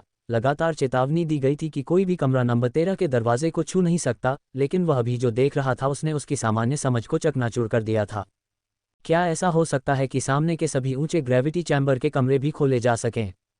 अचानक लान यंग्यान के अंदर खुशी की एक बेतहाशा लहर दौड़ गई और वह सीधे आगे की ओर दौड़ पड़ा। कमरा नंबर 10 स्वाइप किया, लेकिन वह इसे स्वाइप करके नहीं खोल सका। कमरा नंबर 11 इसे भी स्वाइप करके नहीं खोल सका। कमरा नंबर 12 अभी भी स्वाइप करके नहीं खुल रहा था। उसके सामने कमरा नंबर 13 था। सुहानी उसकी पागलों जैसी हालत देखकर शालीनता से एक तरफ हट गई। लान यंग्यान को तुरंत अंदर घुसने की तीव्र इच्छा हुई, लेकिन फिर वह अवचेतन रूप से रुक गया। नहीं, 10वें, 11वें और 12वें कमरे में वह किसी को भी स्वाइप करके नहीं खोल पाया था। इसका मतलब था कि स्तर की सेटिंग्स खराब नहीं थी। ये वास्तव में ऐसा ही था। जहां तक सुहानी की बात है, लान यंग्यान की नज़र सुहानी के हाथ पर पड़ी और उसने स्पष्ट रूप से उसके हाथ में चमकता हुआ डायमंड टोकन देखा। Diamond token? क्या ऐसा हो सकता है कि तुम्हारे पास जो है वह असली है? लान यंग्यान ने मुश्किल से थूक निगला। सुहानी ने कंधे उचकाए। क्या तुम अंदर जाना चाहते हो? लान यंग्यान ने अवचेतन रूप से एक कदम पीछे हटा लिया। उसमें अंदर जाने की हिम्मत कैसे हो सकती थी? उसकी पहचान के साथ वहां अंदर जाना मौत के बराबर था, है ना? लान यंग्यान ने क्रोध और क्रूरता से भरी नज़रों से सुहानी को घूरा, लेकिन उसमें एक प्रकार की अपरिभाषित गहराई भी थी। अगर तुम अंदर नहीं जा रहे हो तो क्या मैं अंदर जाऊं? सुहानी तेजी से अंदर गई और अपने पीछे जोर से दरवाज़ा बंद कर लिया। बैंग! एक भारी आवाज़ गूंज उठी। ग्रेविटी चैम्बर के कमरे का दरवाज़ा बंद हो गया था और लान यंग्यान की नाक लगभग टकराकर टेढ़ी हो गई थी। लान यंग्यान के पास कहने के लिए शब्द नहीं थे। वह वहां लकड़ी के टुकड़े की तरह कठोर खड़ा था। वह अभी तक अपने होश में नहीं आया था। Diamond token! Diamond token! कुछ समय पहले अफवाहें थीं कि एक छोटी लड़की थी जिसे स्वयं सिटी लॉर्ड ने उसके हाथ में एक डायमंड टोकन देकर व्यक्तिगत रूप से परगेटरी सिटी भेजा था, लेकिन फेरी वुयू ने इससे पूरी तरह इनकार किया था। उसने कहा था कि यह एक अत्यंत बेतुकी बात है, लेकिन ठीक इसी क्षण वह सटीक बात बिना किसी संदेह के उसके ठीक सामने स्पष्ट थी। सुहानी के पास वास्तव में एक डायमंड टोकन था और वह डायमंड टोकन असली था। लान यंग्यान का चेहरा डर के मारे पीला पड़ गया और उसका पूरा शरीर अनियंत्रित रूप से कांपने लगा। सुहानी की पहचान वास्तव में भयानक थी। अगर लान यंग्यान को सुहानी की पहचान के बारे में पहले पता होता तो उसमें उसके साथ जीवन और मृत्यु की लड़ाई तय करने की हिम्मत कैसे होती। जीवन और मृत्यु की लड़ाई तब तक खत्म नहीं होती जब तक कि उनमें से कोई एक मर न जाए। हालांकि अगर उसने अब सुहानी को मार दिया तो क्या सिटी लॉर्ड क्रोधित नहीं होंगे? अगर उसने सुहानी को नहीं मारा तो उसके अपने जीवन का क्या होगा? इस क्षण लान यंग्यान वास्तव में समझ नहीं पा रहा था कि वह क्या करे। मुझे क्या करना चाहिए? लान यंग्यान हक्का बक्का था, उसका दिमाग पूरी तरह से सुन्न था। नहीं, लान यंग्यान के दिमाग में अचानक कुछ कौंधा। सुहानी का डायमंड टोकन, क्या ये वास्तव में असली था? अगर यह असली था तो ये कैसे संभव था कि किसी ने उन्हें सूचित नहीं किया? चूंकि किसी ने उन्हें सूचित नहीं किया, क्या ऐसा हो सकता है कि सुहानी को संयोग से डायमंड टोकन मिल गया हो और फिर उसने जानबूझकर यह अफवाह फैला दी हो कि वह वही लड़की है जिसे सिटी लॉर्ड ने व्यक्तिगत रूप से भेजा था? लान यंग्यान अपनी इस खोज पर रोमांचित था। उसने तुरंत अपने गुरु से संपर्क करने के लिए अपना संचार ताबीज निकाला। उसके गुरु 8वें एल्डर थे। डायमंड टोकन, बकवास। 8वें एल्डर ने अपना हाथ हिलाते हुए कहा, क्या उसने खुद कहा था कि सिटी लॉर्ड ही उसे यहाँ लाए थे? उसने ऐसा नहीं कहा, लान यंग्यान ने ईमानदारी से कहा। क्या उसने खुद ये भी कहा था कि यह डायमंड टोकन उसे सिटी लॉर्ड ने दिया था? ये भी उसने नहीं कहा, लान यंग्यान ने थोड़ा सोचकर कहा। अगर सिटी लॉर्ड ने वास्तव में किसी को यहाँ भेजा होता तो इस बात की कोई संभावना नहीं है कि वह हम बूढ़ों के साथ इस पर चर्चा न करते। चूंकि उस लड़की ने इसे स्वीकार नहीं किया है तो इसका मतलब है कि यह डायमंड टोकन उसे सिटी लॉर्ड द्वारा नहीं दिया गया था, 8वें एल्डर ने निष्कर्ष निकाला। क्योंकि हर कोई पहले से ही जानता था अगर सुहानी को वास्तव में सिटी लॉर्ड का समर्थन प्राप्त होता तो क्या 10 एल्डर्स उसकी ऐसे रक्षा नहीं कर रहे होते जैसे वे अपनी आंखों की रक्षा करते हैं। वे उसे हर जगह खतरनाक स्थितियों में कैसे शामिल होने दे सकते थे? इसलिए वह डायमंड टोकन नकली ही होना चाहिए। लेकिन गुरुदेव, वह कमरा नंबर 13 खोल सकती है। लान यंग्यान ने अपनी मुट्ठी भींच ली। कमरा नंबर 13? हाँ, 8वें एल्डर ने बहुत लंबे और उदास स्वर में कहा। उस साल सिटी लॉर्ड ने एक बार कहा था कि भाग्यशाली व्यक्ति ग्रेविटी चैम्बर में कमरा नंबर 13 को खोलने में सक्षम होगा। मुझे डर है शायद उस लड़की और सिटी लॉर्ड का भाग्य जुड़ा हुआ है। तो फिर गुरुदेव, अगर मैंने उस लड़की को मार दिया तो क्या सिटी लॉर्ड? लान यंग्यान को सबसे ज्यादा इसी बात का डर था। 8वें एल्डर हंसे और निश्चितता के साथ बोले, चिंता मत करो, सिटी लॉर्ड को इस जगह की कोई परवाह नहीं है। इसके अलावा जीवन और मृत्यु के द्वंद्व के नियम स्वयं सिटी लॉर्ड द्वारा निर्धारित किए गए थे। उस समय उन्होंने यहाँ तक कहा था कि मौत की लड़ाई में किसी को भी पीछे हटने की जरूरत नहीं है, भले ही उनके सामने उनका खुद का बच्चा ही क्यों न हो। 8वें एल्डर थोड़ा रुके, फिर मुस्कुराए और अपना सिर हिलाते हुए बोले, यह निश्चित है कि सिटी लॉर्ड का अपना कोई बच्चा है भी या नहीं, लेकिन इन शब्दों के साथ चिंता करने की कोई जरूरत कायतन्या नहीं है। तुम्हें बस जीवन या मृत्यु के मंच पर अपना सर्वश्रेष्ठ प्रदर्शन करना है। बढ़िया। केवल इसी क्षण लान यंग्यान के दिल को आखिरकार शांति मिली। अपनी चिंताओं से मुक्त होने के बाद लान यंग्यान ने राहत की सांस ली। हालांकि एक और परेशानी सामने आ गई। सुहानी ने कमरा नंबर 13 में प्रवेश कर लिया था। उसके कमरे के लिए गुरुत्वाकर्षण में वृद्धि केवल 50 गुना थी, जबकि सुहानी जिस कमरा नंबर 13 में गई थी वहां 130 गुना था। परिस्थितियों में इस वर्तमान अंतर के बारे में सोचकर ही लान यंग्यान इस हद तक पागल हो गया था कि वह बिखर जाना चाहता था। क्या मैं 1 महीने बाद भी उसे हरा पाऊंगा? वह छोटी लड़की बाहरी दुनिया की इतनी कठोर परिस्थितियों में पली बढ़ी, फिर भी वह इतनी कम उम्र में 7 स्टार कमांडर रैंक तक पहुंच गई। इस तरह की क्षमता के साथ जैसे जैसे ये विचार लान यंग्यान के दिमाग में आते गए, उसकी चिंता बढ़ती गई। लान यंग्यान जानता था कि अपनी वर्तमान मानसिक स्थिति में यदि वह अभी कमरा नंबर 5 में प्रवेश करता है तो वह अपनी साधना पर ध्यान केंद्रित नहीं कर पाएगा। वास्तव में यदि उसने जिद की तो उसे भारी नुकसान का सामना करना पड़ेगा।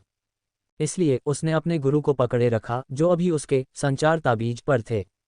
कुछ देर तक अपनी लंबी दाढ़ी सहलाने के बाद 8वें एल्डर ने लान यंग्यान से कहा, तुम अभी किस बात की चिंता कर रहे हो? तो क्या हुआ अगर वह कमरा नंबर 13 में प्रवेश कर सकती है? वह वहां कितनी देर तक रह पाएगी? आपका क्या मतलब है? लान यंग्यान को अपने दिल में आशा की एक किरण उठती हुई महसूस हुई। इंतजार करो और देखो, 7 दिनों के भीतर उसे वापस कमरा नंबर 4 में जाने के लिए मजबूर होना पड़ेगा। अपनी दबी हुई हंसी के बावजूद 8वें एल्डर ने बेहद दृढ़ स्वर में कहा, इन कुछ वर्षों में कमरा नंबर 13 में प्रवेश करने वाले लोग हुए हैं, लेकिन कोई भी 7 दिनों से अधिक समय तक टिक नहीं सका। बढ़िया। अपने गुरुदेव की यह बात सुनकर लान यंग्यान तुरंत आत्मविश्वास से भर गया। ये केवल 7 दिन होंगे। साधना का वह समय बहुत सीमित था। हालांकि वह अभी खुश और गौरवान्वित हो सकती है, लेकिन बाहर आने पर वह अभी भी मेरी प्रतिद्वंद्वी नहीं होगी। हालांकि लान यंग्यान के मन में सुहानी का बहुत डर बैठ चुका था। उसने खुद को मजबूत किया। जीवन और मृत्यु की लड़ाई के दौरान मुझे नहीं, निश्चित रूप से सुहानी को मारना ही होगा। आत्मविश्वास से भरे हुए लान यंग्यान ने कमरा नंबर 5 में प्रवेश किया और साधना शुरू कर दी। संचार ताबीज के दूसरी ओर 8वें एल्डर ने अपनी आंखें आधी बंद कर लीं, जबकि उनके भीतर चमक की किरणें कौंध गईं। ग्रेविटी चैम्बर कमरा नंबर 13। सुहानी के प्रवेश करते ही उसकी पहली प्रतिक्रिया थी, आध्यात्मिक ऊर्जा की कितनी शानदार सांद्रता है। इस कमरे में आध्यात्मिक ऊर्जा इतनी घनी थी कि सुहानी इतनी खुश हो गई कि वह जोर से चीखना और चिल्लाना चाहती थी। वह इस कमरे से न केवल गति और गुरुत्वाकर्षण की बढ़ी हुई साधना चाहती थी, बल्कि सबसे महत्वपूर्ण पहलू ये संघनित और शुद्ध आध्यात्मिक ऊर्जा थी जो उत्साह से लोगों के दिलों को धड़का दे। उसका मानना था कि यहाँ के बाहर का कोई भी ग्रेविटी चैम्बर कमरा नंबर 13 के भीतर मौजूद घनी और शुद्ध आध्यात्मिक ऊर्जा का मुकाबला नहीं कर सकता। अधीरता से अपनी साधना अभ्यास में जल्दबाजी करने के बजाय सुहानी ने अपने आसपास का निरीक्षण करना शुरू किया। ये सच था कि यह ग्रेविटी चैम्बर सिटी लॉर्ड के योग्य बनाया गया था। यह विशाल था, 10 फुटबॉल मैदानों को मिलाकर भी उससे बड़ा था। उसका परिवेश कोहरे से भरा था, बिल्कुल एक घने बादलों वाले दिन की तरह, जिससे उसकी दृश्यता कम हो गई थी। चारों ओर की दीवारें एक ऐसी सामग्री से बनी थीं जिसे सुहानी ने पहले कभी नहीं देखा था। इसका रंग चांदी जैसा सफ़ेद था, जो किसी प्रकार का रहस्यमय मिश्र धातु प्रतीत हो रहा था। इसमें एक अजीब गूढ़ एहसास था। बैंग! दीवार पर मुक्का मारने के बाद सुहानी को आश्चर्य हुआ कि उसके मुक्के ने दीवार पर जरा सा भी निशान नहीं छोड़ा, जो ये दर्शाता था कि यह कितनी मजबूत थी। दीवार के साथ चलते हुए सुहानी ने 2 नियंत्रण लीवर देखे। समय, गुरुत्वाकर्षण। समय का स्तर 1 से 130 तक था। गुरुत्वाकर्षण भी 1 से 130 तक था। सुहानी ने समय के लीवर को खींचकर अधिकतम कर दिया। स्तर 130। जहां तक गुरुत्वाकर्षण की बात थी, सुहानी ने इसे बहुत आगे नहीं बढ़ाया। आखिरकार उसे डर था कि अगर उसने लीवर को सीधे स्तर 130 तक खींच दिया तो वह 1 सेकंड से भी कम समय में पूरी तरह कुचल जाएगी। इसलिए उसने धीरे धीरे और सावधानी से उस लीवर को ऊपर धकेला। स्तर 1, स्तर 2, स्तर 3, स्तर 5, स्तर 7। डोंग! एक अदृश्य दबाव ने सुहानी के शरीर को घेर लिया। सुहानी महसूस कर सकती थी कि वह अदृश्य दबाव उस पर सुनामी की तरह आ रहा है, एक ज्वार की लहर की तरह उसे दबा रहा है, और इतने दबाव के साथ कि उसे सांस लेने में भी कुछ घुटन महसूस होने लगी। हालांकि सुहानी का हाथ यहीं नहीं रुका, क्योंकि यह अभी भी उसकी सीमाओं से बहुत दूर था। स्तर 10, स्तर 12, स्तर 15। डोंग! इस स्तर तक पहुंचने पर सुहानी को केवल अपने कानों में एक तीखी और तीव्र घंटी बजती हुई महसूस हुई, इससे पहले कि उसकी दृष्टि काली हो गई और वह मुश्किल से अपने मुंह से खून उगलने से खुद को रोक पा रही थी। बड़ी कठिनाई के साथ सुहानी ने अपने मुंह में जमा खून को वापस नीचे निगला। अपना सिर नीचे करने पर उसने पाया कि उसके दोनों पैर अब जोर जोर से कांप रहे थे। Plop plop! अब और सहन न कर पाने के कारण सुहानी के पैरों ने जवाब दे दिया, जिससे वह जमीन पर घुटनों के बल गिर पड़ी। इस क्षण वह अंततः अपने दिल की जोरदार धड़कनों को सुन पा रही थी। थम थम थम थम, जो बिल्कुल युद्ध के नगाड़े की धड़कनों जैसी लग रही थी। वास्तव में वह अपने शरीर में एक उन्मत्त ज्वार की लहर की तरह खून को दौड़ते हुए भी महसूस कर सकती थी। अपने माथे को पोंछने के लिए अपने हाथ का उपयोग करते हुए सुहानी के चेहरे पर एक कड़वी मुस्कान आ गई। उसके माथे पर पसीने की परतें जमा हो गई थीं, जो मोतियों में बदल रही थीं। उसके हाथ से एक साधारण पोंछने से ही उसकी हथेली भीग गई, मानो उसे किसी नदी से निकाला गया हो। आखिरी बार उसे इस तरह की घुटन महसूस हुए काफ़ी समय हो गया था। सुहानी इस एहसास से डरी नहीं थी।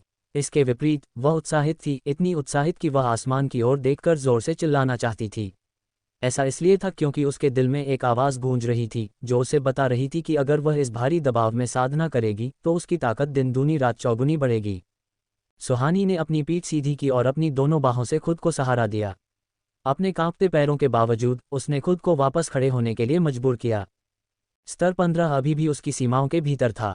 अपनी सीमाओं को तोड़कर ही वह सबसे तेज गति से सुधार करेगी।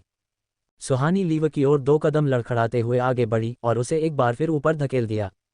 स्तर 16, स्तर 17। पफ! सुहानी के मुंह के कोने से गहरे लाल खून की एक धार फूट पड़ी। इसका लाल रंग इतना आकर्षक था कि ये देखने वाले किसी भी व्यक्ति को चौंका दे। फिर भी सुहानी ने उसे अपने हाथ से पोंछ दिया और लीवर को ऊपर की ओर धकेलना जारी रखा। स्तर 18, स्तर 19, स्तर 20। जब लीवर स्तर 20 पर रुका, डोंग, सुहानी को अपनी आंखों के सामने एक कालापन छाता हुआ महसूस हुआ। उसका सिर पूरी तरह से सुन्न हो गया और उसके कानों में भिनभिनाहट की आवाज़ गूंजने लगी। दबाव इतना अधिक था कि उसके सभी आंतरिक अंग एक साथ दब गए थे, जो लगभग फटने की कगार पर थे। उसकी त्वचा, जो मूल रूप से जैड की तरह सफ़ेद थी, अब लाल बिंदुओं से भर गई थी, क्योंकि रक्तवाहिकाओं से खून बाहर निकल रहा था, जो दबाव के कारण फट रही थीं। उसका चेहरा सुर्ख होने से राख की तरह हरा हो गया और फिर बेहद पीला पड़ गया। इस क्षण सुहानी जानती थी कि वह अपनी शारीरिक सीमाओं तक पहुंच चुकी है। अगर उसने इसे और आगे बढ़ाया तो वह दबाव से कुचलकर मांस के लोथड़े में बदल जाएगी। गैस खौफना, सुहानी ने एक लंबी, कठिन सांस ली, फिर पैर मोड़कर बैठ गई और तेजी से ध्यान की अवस्था में प्रवेश कर गई। सुहानी महसूस कर सकती थी कि उसकी नसें, रक्त वाहिकाएं, त्वचा, यहाँ तक कि उसके आंतरिक अंग भी भारी दबाव के अधीन थे और वे लड़ते हुए अपनी सीमाओं को तोड़ रहे थे। अपने कपड़ों की असहज चिपचिपाहट को महसूस करते हुए सुहानी ने अपनी स्कर्ट उतार दी और शरीर पर केवल एक पतली सी परत छोड़ दी। जैसे जैसे समय बीता, सुहानी ने दांत पीसते हुए अपना अभ्यास जारी रखा। अगर कोई ध्यान से देखता तो उसे पता चलता कि वह कांप रही थी, क्योंकि उसका शरीर इस भयंकर पीड़ा को सहते हुए दृढ़ता से डटा हुआ था। उसके चारों ओर एक शुद्ध आध्यात्मिक शक्ति थी जो उसे एक सुरक्षात्मक आवरण की तरह बचा रही थी। कितना आरामदायक एहसास है। सुहानी के मुंह से एक हल्की सी कराह निकली। निश्चित रूप से इतने भारी दबाव के तहत मेरी ताकत बहुत तेजी से बढ़ेगी। मुझे इतनी जल्दी 8 स्टार कमांडर रैंक में पदोन्नत होने की उम्मीद नहीं थी। अभी केवल 2 दिन ही बीते थे। सुहानी अपनी प्रगति की गति से बहुत संतुष्ट थी। दिन ब दिन समय बीतता गया। 3 दिन बीत गए, 7 दिन बीत गए। ग्रेविटी चैम्बर कमरा नंबर 5। हालांकि लान यंग्यान साधना कर रहा था, लेकिन उसका ध्यान पूरी तरह से अपनी साधना पर केंद्रित नहीं था। इसके बजाय उसने अपने ध्यान का एक हिस्सा चैम्बर के बाहर नजर रखने के लिए बांट रखा था। जैसे ही सुहानी वहां से गुजरती, वह उसकी उपस्थिति को महसूस कर पाता। लेकिन 3 दिन बीत जाने के बाद भी सुहानी अभी भी डटी हुई थी। 7 दिन बीत जाने के बाद भी सुहानी के कदमों की आहट वहां से नहीं गुजरी। लान यंग्यान ने अपने दांत पीसे और 8वें दिन तक इंतजार किया। हालांकि जिस बात ने उसे परेशान कर दिया वह ये थी कि उसने अभी भी सुहानी को कमरा नंबर 4 की ओर लौटते हुए महसूस नहीं किया था। लान यंग्यान का दिल गर्म बर्तन में फंसी चींटी की तरह था जो चिंता से तड़प रहा था, और इसी वजह से उसकी साधना की गति बहुत धीमी हो गई थी। लान यंग्यान के विपरीत सुहानी की साधना की गति पागलों की तरह बढ़ रही थी।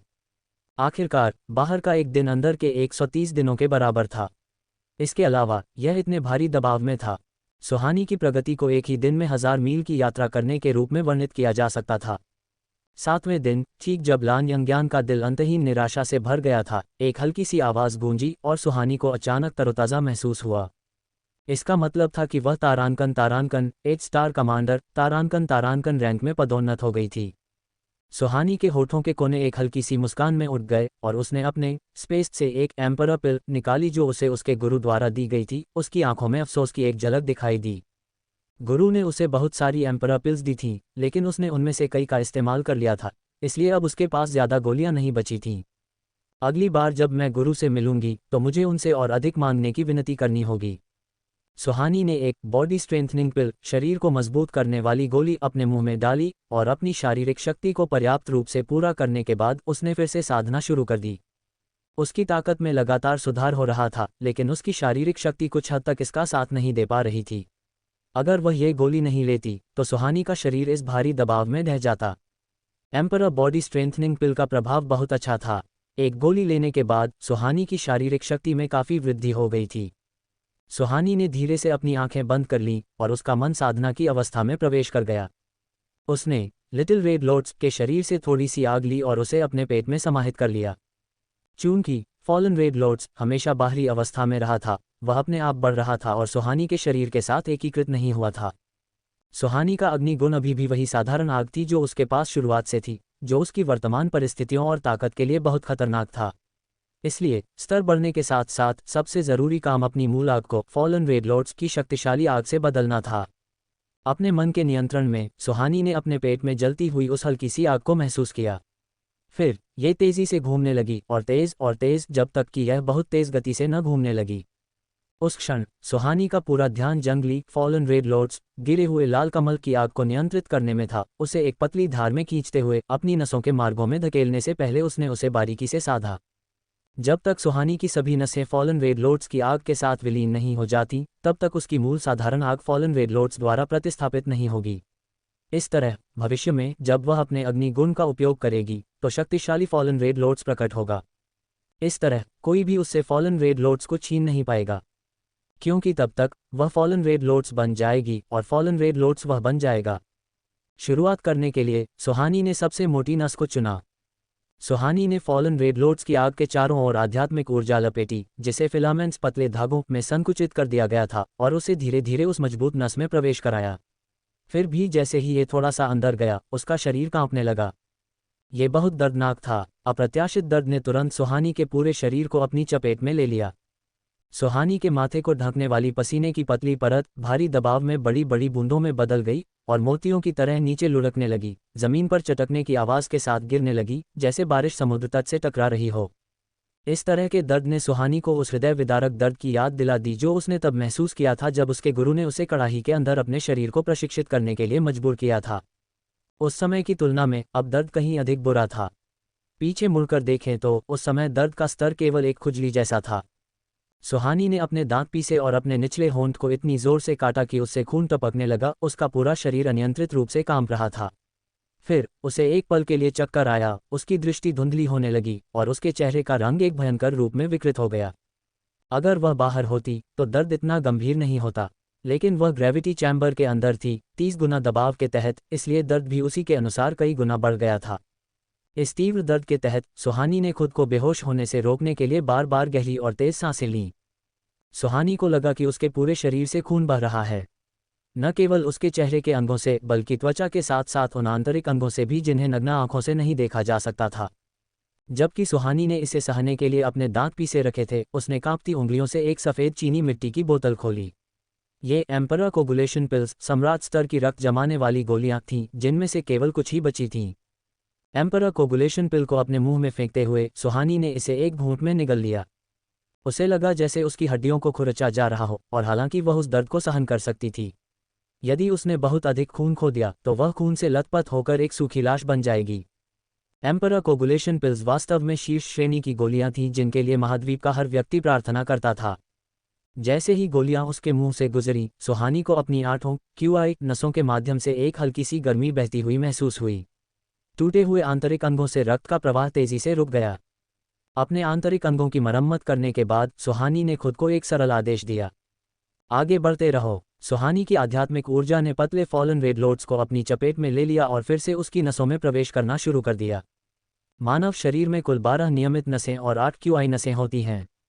सुहानी जो करना चाहती थी वह फॉलन रेड लॉर्ड्स को उन सभी के माध्यम से आगे पीछे धकेलना था। इन नसों के साथ विलय करके ही साधारण मूल आग को बदला जा सकता था। सुहानी अभी जिस नस में प्रवेश कर रही थी वह फेफड़े की नस थी। पहले एक बार कष्ट सहने के बाद सुहानी ने धीरे धीरे कुछ उपाय खोज निकाले थे। सुहानी ने पहले फेफड़े की नस को high grade celestial spirit water, उच्च श्रेणी के दिव्य आध्यात्मिक जल के साथ भिगोया। जब ये पूरी तरह से अवशोषित हो गया तो उसने फॉलन रेड लॉर्ड्स की आग को आध्यात्मिक ऊर्जा के साथ लपेटा और धीरे धीरे उसे नस में दबा दिया।